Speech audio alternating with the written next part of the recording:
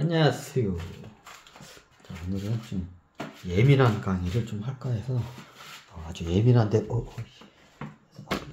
옷이 왜 그러냐고요? 이거 파자마 이게 편하더라고. 아주 몸이 지금 아파가지고 편한 옷을 입었어요. 이게 남자 파자마, 남자 거예요. 굉장히 편해 이게. 왜 변기통에서 하냐? 약간 좀 약간 변기스러운 강의를 그게 아니라 여기가 토굴같이 생겨가지고 한번 여기서 한 거예요. 사람들이 뭔데 변기통에 앉아 있는 것도 수행이 돼요. 이런 분들 있죠? 변기통에 본강의로 들어가자고. 자, 오늘의 강의는 뭐예요? 소금요법에 대해서 질문이 들어왔어요. 소금요법이 이게 어떤 효과가 있나요? 예전 선도 수행 중에 있던 거예요. 근데 요즘 소금요법이 이제 그 주경같이 이렇게 막 구워가지고 물에다 이렇게 타고가 먹거나 그냥 먹는 식으로 소금요법을 이게 무슨 수행단체나 종교단체에서 써요. 실질적으로. 자, 이게 근원이 어디서 왔냐? 자, 이 원리가 어떤 원리냐? 일종의 고해 수행의 원리 중에 하나예요. 이제 고해가 뭐냐? 고통스럽다. 고통스러운 바다를 건너서 깨달았다. 부처님께서. 요거는 불교 신자들이 아니더라도 다 한 번씩 들었죠. 부처님께서 고해의 바다를 건너셨다. 자, 왜 그러냐? 수행을 할 때 이게 애고들도 잘 안 죽고 하려면 어떻게 돼요? 그러니까 고해 수행을 많이 해요. 그 소금 수행이 고해 수행인가요? 그 중에 하나예요. 고해 수행 중에 하나예요. 이제 소금이 처음에 좀 두 가지의 의미가 있어요. 고해 수행. 이제 안에 있는 이런 비니 같은 애들이 잘 안 빠져나가. 그러면 이게 고통스럽게 이렇게 하잖아요. 그럼 얘네들이 못 버티고 어떻게 나가요.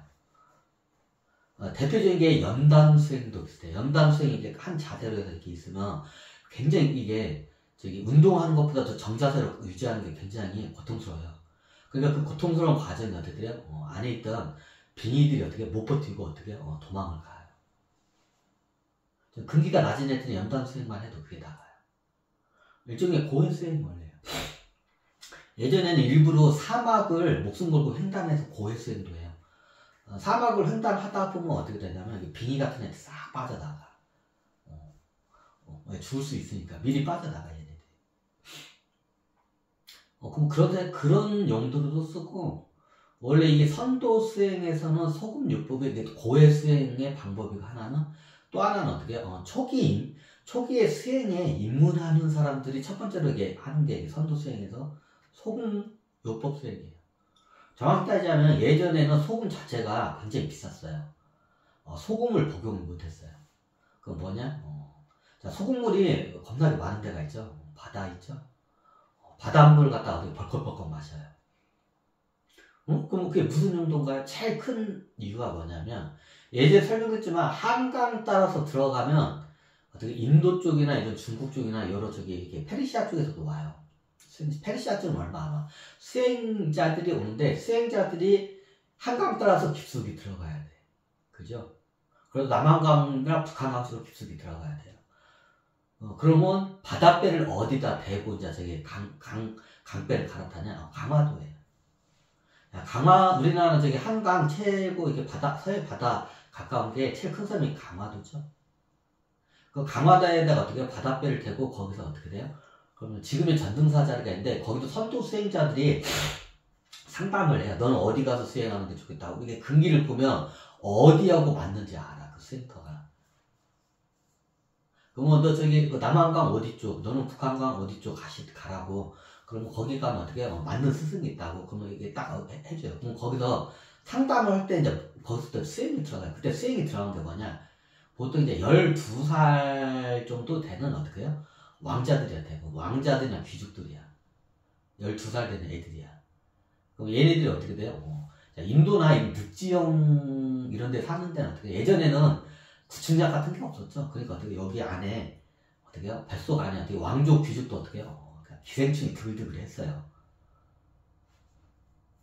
예전에 말했지만 기생충이 어떻게 얘네들 의식을 조절을 해.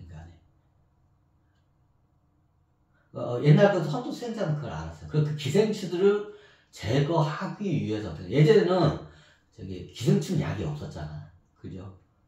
그럼 기생충을 갖다가 쉽게 저기 항문 밖으로 다 내보내요. 자, 그 방법이 뭐냐?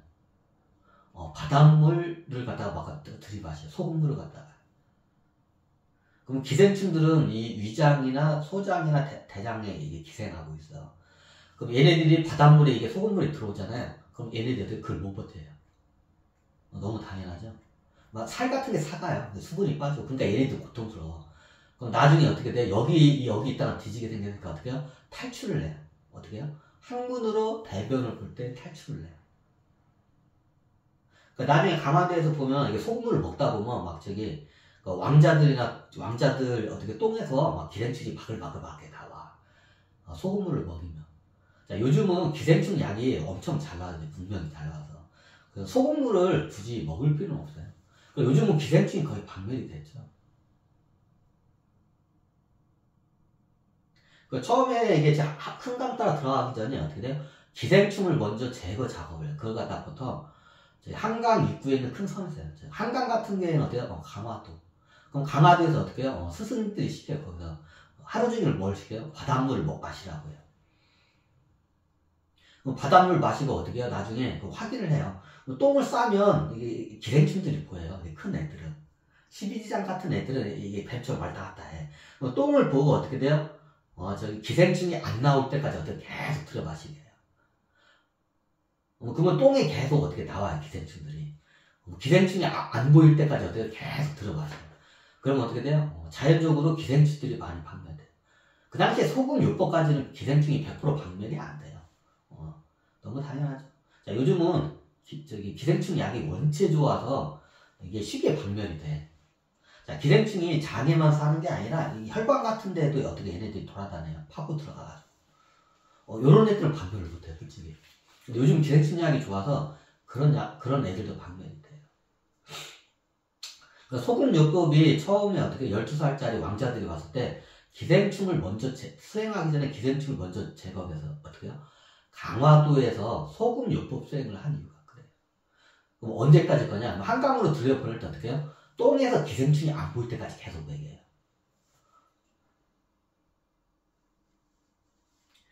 아니 저기 들어가서 하기 때문에 소금이 없어요. 소금이 있어도 소금 자체가 원체 귀하잖아. 근데 강화도는 어떻게 해요? 바닷물이 소금물이잖아. 흔하잖아. 그냥 바닷물 퍼 마시면 돼. 근데 안에 들어가가지고 하면 거기는 소금이 굉장히 비싸요. 귀하고. 자, 그 안에 들어가가지고 소금 요법 수행을 하게 되면 어떻게 돼요? 거덜나요. 그래서 애시당초 어떻게 해요? 강화도에서부터 소금 요법 수행을 거기서 시켜요. 바닷물은 공짜니까. 근데 내륙으로 들어가면 소금이 귀해서 할 수가 없어요. 그거. 그럼 내륙에서도 하면 내륙에서 나오긴 나와요. 근데 이게 덜 나오죠. 이게. 보통 강화도에서 그런 거 아니에요. 소금요법 수행. 왜? 바닷물은 공짜니까. 근데 내륙으로 들어가서 소금요법 수행을 어떻게 해요? 적을소에 금이란 뜻이에요. 금가보고 거의 금이라고 할 정도로 비싸. 그래서 소금요법 수행을 한강 안에서 못해요. 이게 원체 비싸기 때문에. 그래서 아예 강화도에서 공짜잖아, 바닷물은.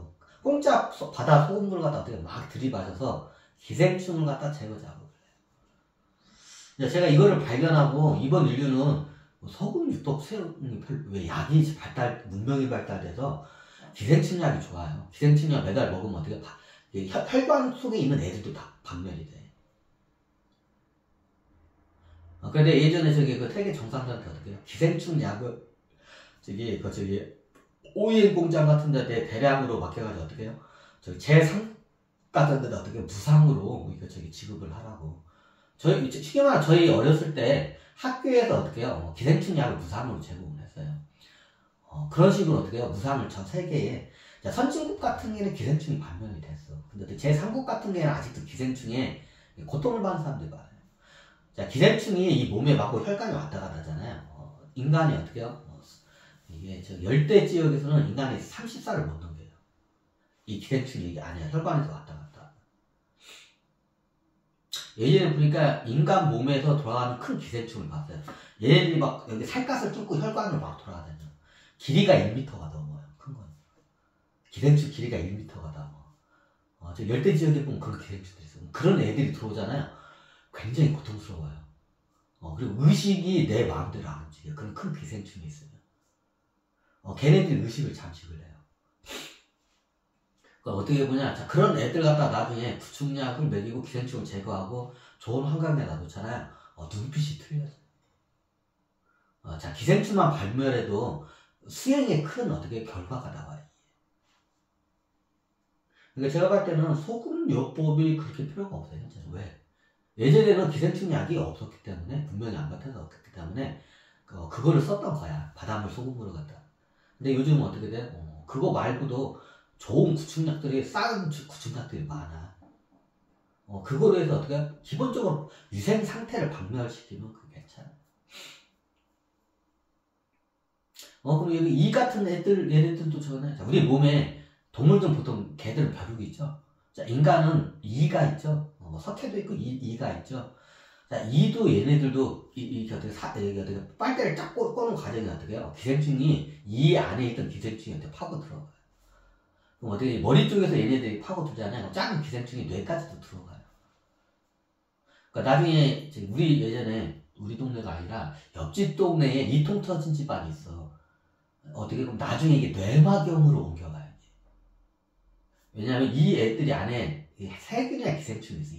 이들도 얘네 딱 막 빨대를 꽂잖아요. 그러면 혈관을 통해서 쏙 들어가요. 그게. 그럼 그게 이 머리 쪽에서 많이 빨죠. 그럼 어떻게 되냐? 뇌하고 가깝기 때문에 혈관 타고 뇌 쪽으로 들어가서 어떻게 해요? 뇌막염을 일으키게 돼요. 이거 안 박혀졌나? 아직 안 박혀졌을 거예요. 이게. 얘네들 원체 쫙니까 아직 생물학자들이 못 봐요. 그 기본적으로 기생충이나 이런 뭐 석회 하여튼 우리 박멸해야 할 그런 바이러스 같은 게 있어요. 그래서 제가 무균도시를 만드는 이유가 그래요. 무균도시를 만들게 되면 이런 균들이나 기생충이나 이런 이 같은 비위생적인 환경이 있을 때가 어떻게 수행하기가 더 수월해. 해나가 내 머리 계속 쪼래. 아이고.